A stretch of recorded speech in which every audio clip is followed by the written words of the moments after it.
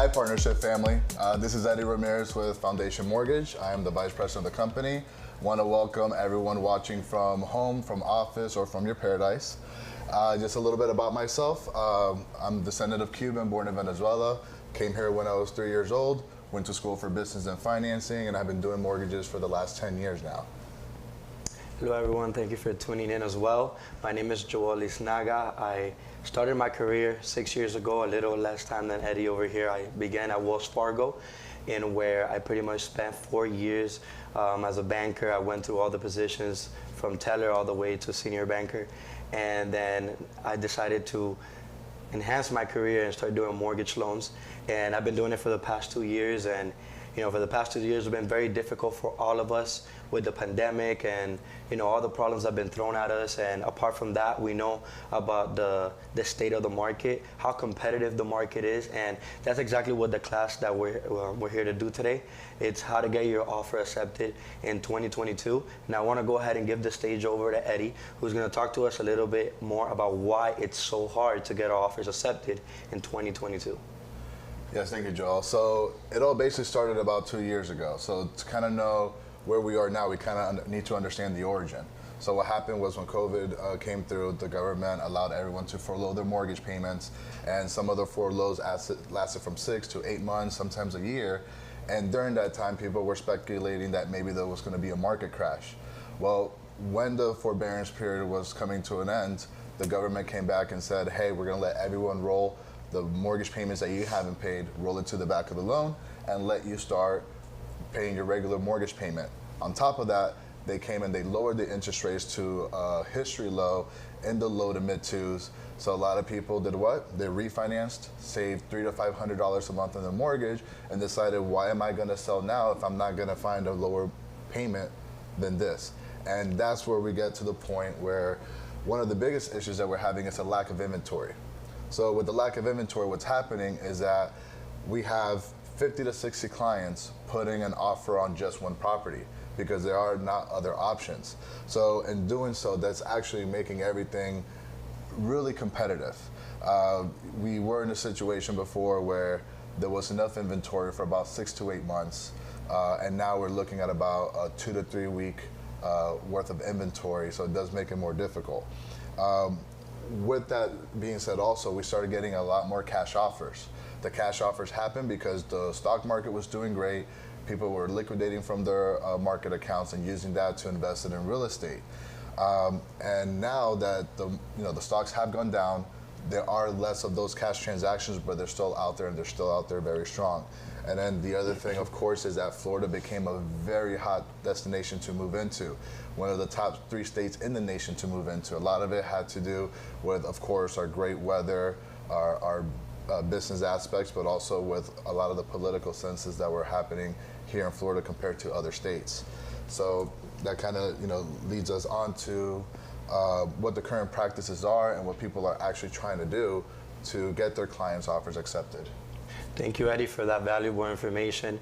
Right up here in the screen, we can see some current practices that we're used to doing in our business in order to get the contracts accepted, how to get our offers accepted, and how we could be more proactive and be competitive. So one of the things is offering above asking price. Of course, this is a very common tool used by most realtors, where a property could be listed up for a purchase price of $300, and we go ahead and offer $5,000 or $10,000 above that purchase price. Aside from that, also appraisals. Appraisals are something that's very common, and a lot of sellers care a lot about the appraisal. Why? Because with the market conditions, a lot of the appraisals are coming below. So it's very good that when we go ahead and we submit that offer, we're showing that appraisal gap, right? And we're offering this appraisal gap, and it makes it even more attractive.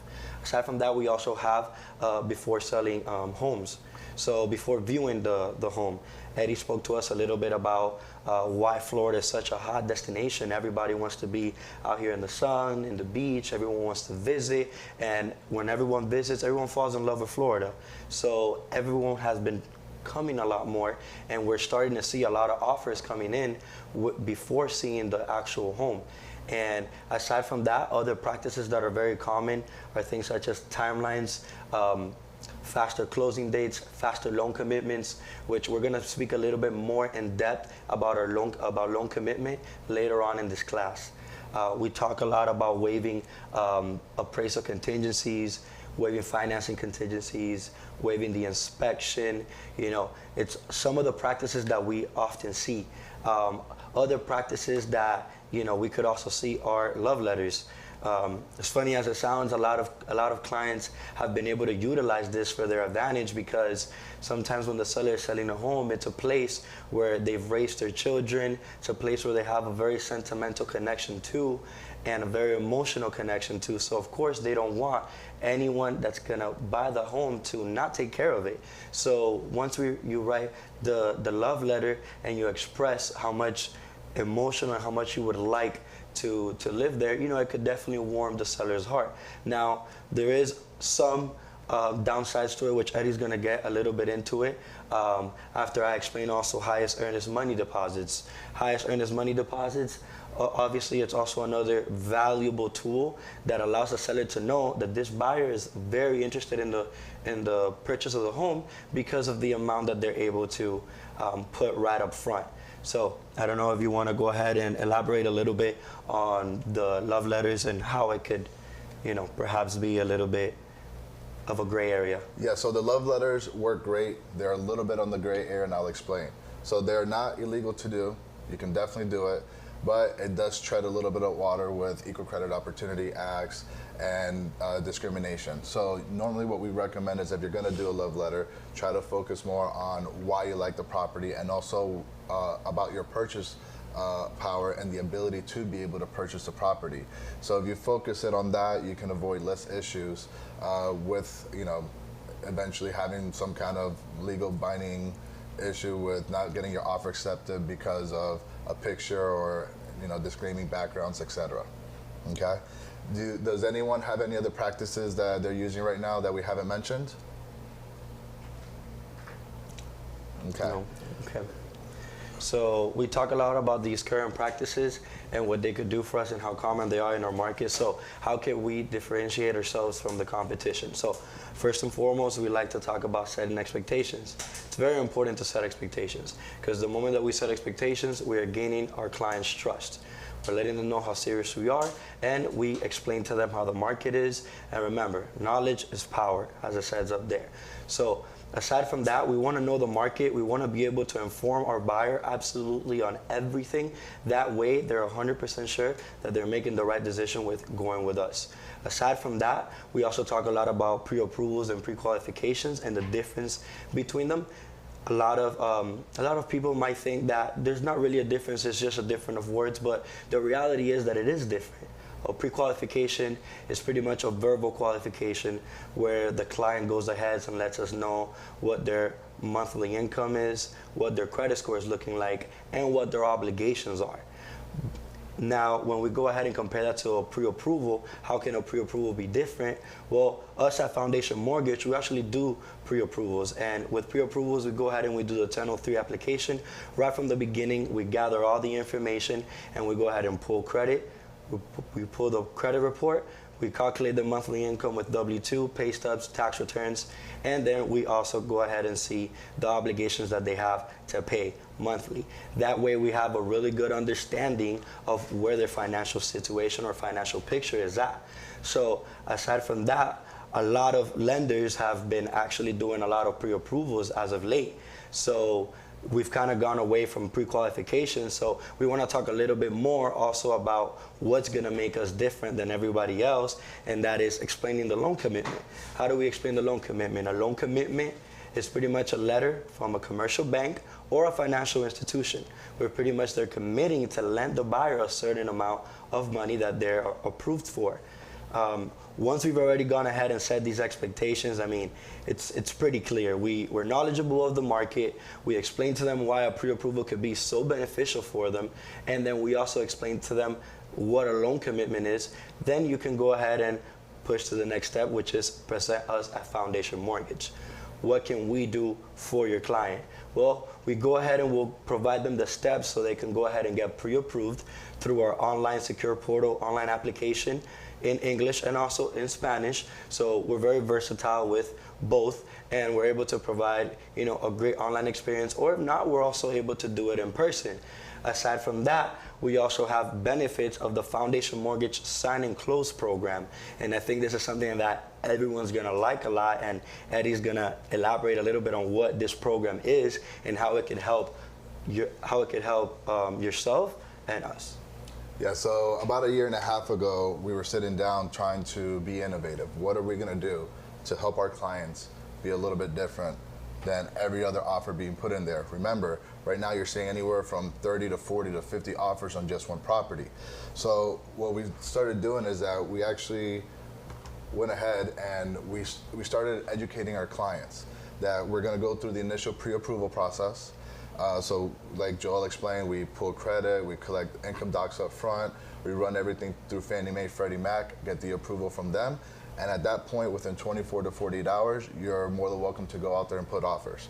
In the meantime though, as you're out there shopping for properties, we're gonna continue to the loan process as if you were under contract. So what that means is we send out initial disclosures, we get the file over to the processor is gonna review your entire file as if we were sending it over to the lender, and once all the documents are completed with verification of employments and everything done, verifying incomes, if there's other sources of income, if there's any pitfalls that may look like in the bank statements, certain deposits, all that gets cleared up, and then we send it over to our underwriter. Our underwriter reviews the file, they come back and they give us a loan commitment before we're even under contract. This loan commitment is going to have the final conditions that they would want the client to clear, which we do go ahead and collect as well. This process takes about 2 weeks from the time we get pre-approved to the time that we get the loan commitment. But now once we get the loan commitment, now we have an extra tool to show the seller why our client's offer is going to be stronger than everyone else's. Yeah, so Eddy brings up a good point about the loan commitment. What does a loan commitment do for your buyer? Well, first and foremost, it accelerates the closing process. Everyone wants to get paid, sellers want to sell their homes, buyers want to be in their new homes as soon as possible. So once we're able to roll out the 10-day loan commitment, we're able to close in 15 days. Once we're able to present this to the seller, we're already on top of the competition because we are already beating those offers with 21 days of closing, 30-day closing dates, and we're able to do it in 15. So we're confident enough that we're able to tell the seller how long does it take for a title to clear, how long does title take to send the document over to us. As soon as we say that, we also have the appraisal that needs to be done. So the appraisal, we actually have our own appraisal management company, which we could get the appraisals back in less than 10 days. Also faster than the competition. And we also have the survey from title. Normally it takes also about a week and a half, and the updated verification of employment prior to the closing. So these would be the only conditions that we would have left, which could all be solved 15 days, 15-day closings, smooth. So where does this put us? This puts us at number 3. We compete with cash offers. So that's a very, very valuable tool. We already spoke in the beginning, Eddy spoke about how competing with cash offers in this competitive market has been so difficult for clients seeking financing. So this is going to put us over the top. It also leaves us to number 4. It gives the listing agent peace of mind and confidence in our offer because we are able to go ahead and do the closing in 15 days. We have everything already set up, ready to close. And to even go ahead and go the extra mile and give the listing agent even more of peace of mind and confidence in your offer, Eddy's going to talk to us a little bit more about something else that we have for specifically for Partnership Realty, and also some realtors that we work closely with. And we want to go ahead and extend it to everyone in partnership and explain to you a little bit more about it. Yeah, so with this program, it's not a program that we go out there and market and we let everyone know what we do.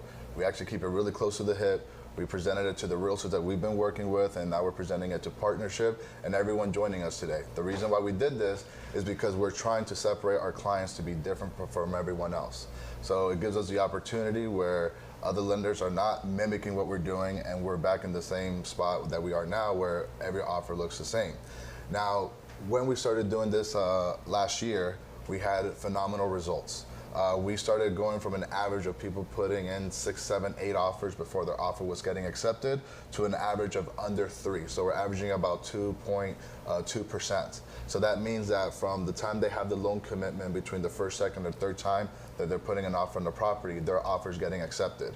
This is for FHA loans, conventional loans, and VA loans.